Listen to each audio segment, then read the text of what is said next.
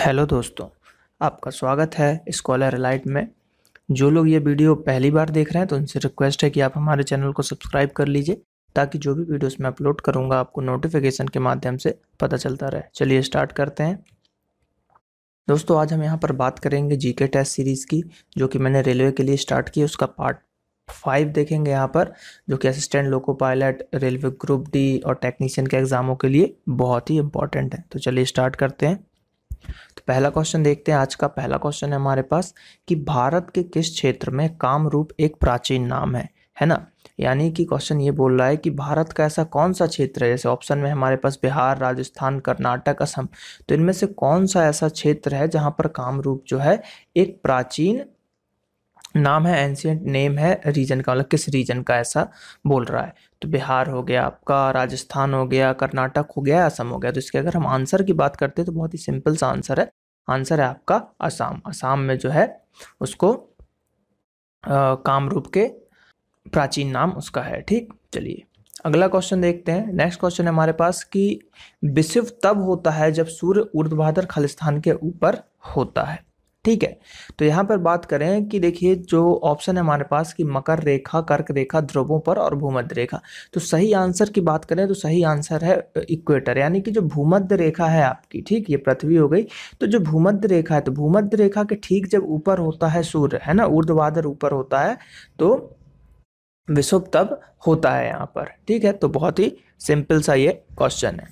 अगले क्वेश्चन की तरफ अगर हम बात करें तो अगला क्वेश्चन है हमारे पास कि कौन से युद्ध से विजयनगर जो है, विजयनगर साम्राज्य का पतन यहाँ पर हुआ था। तो अगर आंसर की बात करें, देखिए ऑप्शन है हमारे पास ताकुलम युद्ध, उसके बाद बैटल ऑफ तालीकोट, कानवाह का युद्ध या फिर पानीपत का युद्ध। ठीक है, तो आंसर जो होगा यहाँ पर बहुत ही सिंपल सही है। देखिए बहुत ही प्यारा क्वेश्चन है और बहुत ही आईएमपी क्वेश्चन भी है।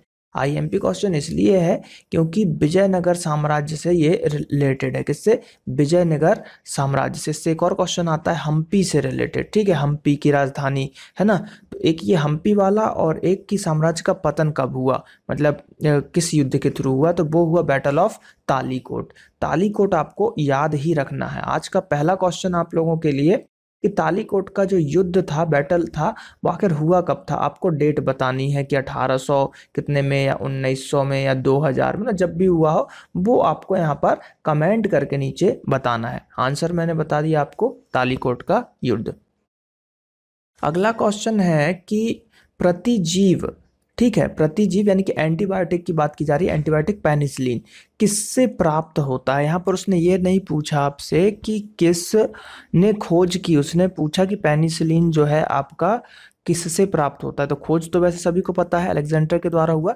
अब किससे प्राप्त हुआ? ऑप्शन है हमारे पास कृत्रिम प्रोसेस से, एक जीवाणु से, कवक से यानी कि फंगस, और वायरस इन्फेक्टेड सेल से। तो बात करें आंसर की, तो ये जो था पेनिसिलिन आपके फंगस यानी कि कवक से प्राप्त हुआ है। तो ये अब आपको याद रखना है। अब जो है वो आपसे ये नहीं पूछेगा कि पेनिसिलिन की खोज किसने की, वो ये पूछ रहा है आजकल किससे प्राप्त होता है। ठीक है, चलिए अगला क्वेश्चन है हमारे पास कि किसी विशेष समय में डाटाबेस में डाटा को क्या कहते हैं। ठीक है, इंग्लिश में देख लीजिए, कंप्यूटर का एक क्वेश्चन है डेटाबेस का। Data in database at a particular point of time is called as, उसको आखिर क्या बोलेंगे? इंटेंशन बोलेंगे, एक्सटेंशन बोलेंगे, बैकअप बोलेंगे या फिर एप्लीकेशन बोलेंगे। तो उसको हम जो बोलेंगे उसको हम बोलेंगे एक्सटेंशन बोलेंगे। क्या बोलेंगे? एक्सटेंशन बोलेंगे। बहुत ही सिंपल सा क्वेश्चन है ये क्वेश्चन। देखिए इसको भी आईएमपी कीजिए क्योंकि कई बार ये एग्जाम में रिपीट होता है, क्योंकि भूगोल का एक क्वेश्चन है, नदी से रिलेटेड क्वेश्चन है कि भारत में सबसे बड़ी प्रायद्वीपीय नदी कौन सी है। ऑप्शन है आपके पास कृष्णा, गोदावरी, उसके बाद कावेरी और फिर है महानदी। तो सबसे बड़ी पूछ रहा है, प्रायद्वीपीय नदी पूछ रहा है सबसे बड़ी, तो सबसे बड़ी प्रायद्वीपीय नदी है आपकी गोदावरी। कौन सी? गोदावरी, जिसको दक्षिण भारत की गंगा भी कहा जाता है। अगला क्वेश्चन है कि भारत में लाल मिट्टी सामान्यतः कौन से क्षेत्र में पाई जाती है? केवल पूर्वी क्षेत्र में नहीं, केवल दक्षिणी क्षेत्र में नहीं, दक्षिण पठार के पूर्वी और दक्षिण भाग में। एकदम ये वाला आपका सही है कि जो दक्षिण पठार है उसके पूर्वी और दक्षिणी भाग में आपको कौन सी लाल मिट्टी जो है पाई जाती है। लाल मिट्टी लाल क्यों होती है? क्योंकि उसमें जो है आयरन अधिक होता है। तो ये क्वेश्चन भी कई बार पूछा जाता है। अगला क्वेश्चन है कि भारत में मनसबदारी प्रथा किसने शुरू की थी। ठीक है, तो मनसबदारी प्रथा की बात करें किसके द्वारा चालू की गई थी, वो अकबर के द्वारा चालू की गई थी। ये भी IMP क्वेश्चन है, तो ये आपको भी याद रखना है, क्योंकि जो अकबर है उसके द्वारा मनसबदारी प्रथा चालू की गई थी और ये बहुत ही फेमस हुई थी। बाकी मनसबदारी के बारे में अगर आप डिटेल चाहते हैं तो आप जो है हिस्ट्री का जो है हमारा वीडियो उसको देखिए, डिटेल वाला हिस्ट्री में जाके, तो उसमें जो है आपको मैंने वहां पर बताया हुआ है।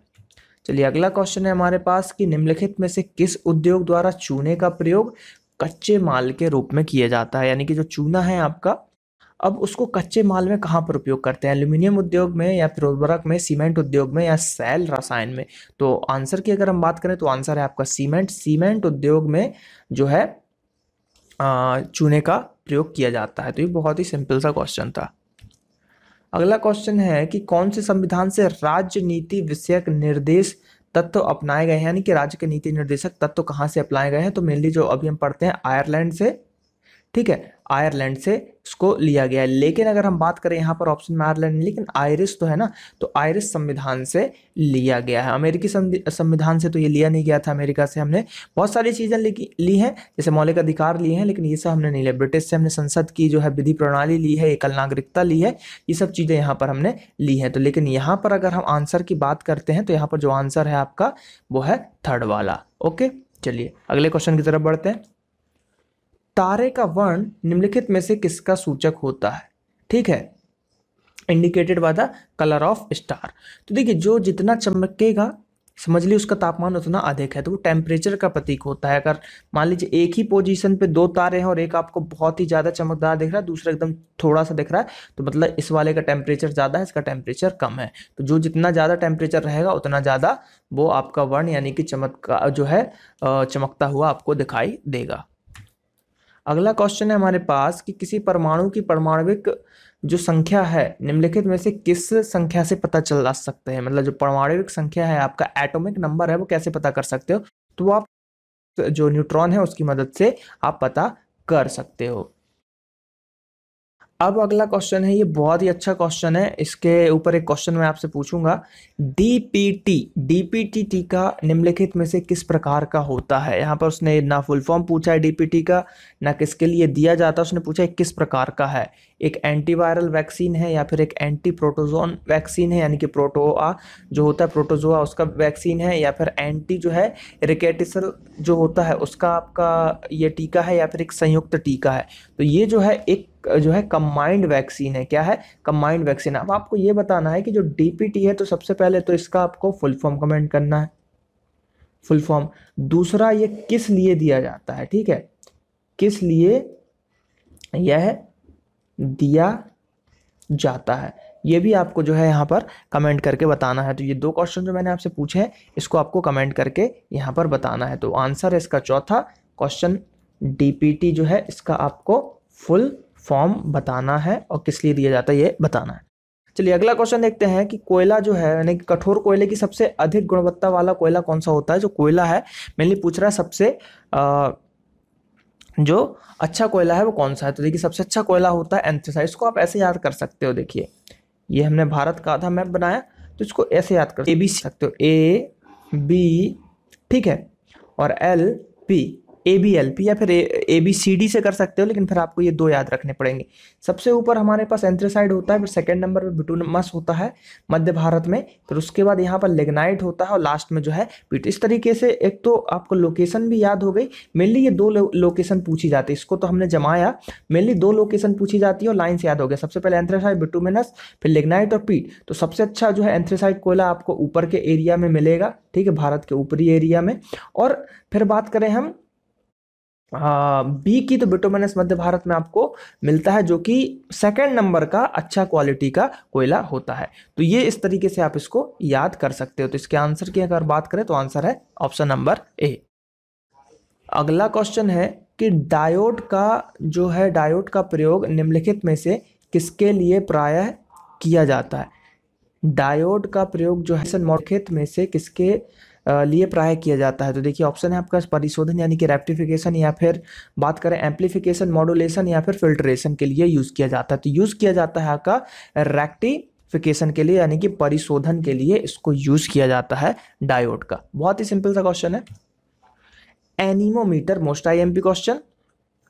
एनीमोमीटर किसका माप करता है? Speed of light, speed of wind, speed of water current, या फिर स्पीड ऑफ सैटेलाइट यानी कि उपग्रह की गति, जल की धारा की गति, वायु की गति, या फिर प्रकाश की गति। तो आंसर की अगर हम बात करते हैं तो आंसर है इसका वायु की गति। ठीक है, चलिए अगला क्वेश्चन है कि मरुस्थलीकरण को कैसे रोका जा सकता है? ठीक है, तो मरुस्थलीकरण को रोका जा सकता है रक्षक मेखलाएं बनाकर, फॉर्मिंग जो है शेल्टर बेल्ट्स बनाकर कर सकते हैं। तो इसकी एक अलग से प्रोसेस होती है, जैसे कि जो मरुस्थलीय एरिया है तो उसको जो है वहां पर खोद के मिट्टी डाल के उसको ब्लॉक करना है कि वो आगे एरिया में ना फैले, इस तरीके की तो वो जो है प्रणाली होती है। अगला क्वेश्चन है कि वर्ण अंधता जो होता है आपका, ठीक है, कलर ब्लाइंडनेस, उसमें हमारे शरीर की किस कोशिका की गड़बड़ी के कारण वह होता है जिसमें अधिकतर जो है हमको ग्रीन जो है कलर में बहुत ही दिक्कत होती है, ग्रीन कलर को देखने में। अगर किसी को कलर ब्लाइंडनेस है मेनली तो वो आरजीबी उनको दिखाई नहीं देता, वाइट कलर जो है दिखाई जरूर देगा लेकिन आरजीबी में थोड़ी सी दिक्कत होती है। तो ये होता है कोन सेल के कारण। किसके कारण? कोन सेल यानी कि शंकु कोशिका के कारण।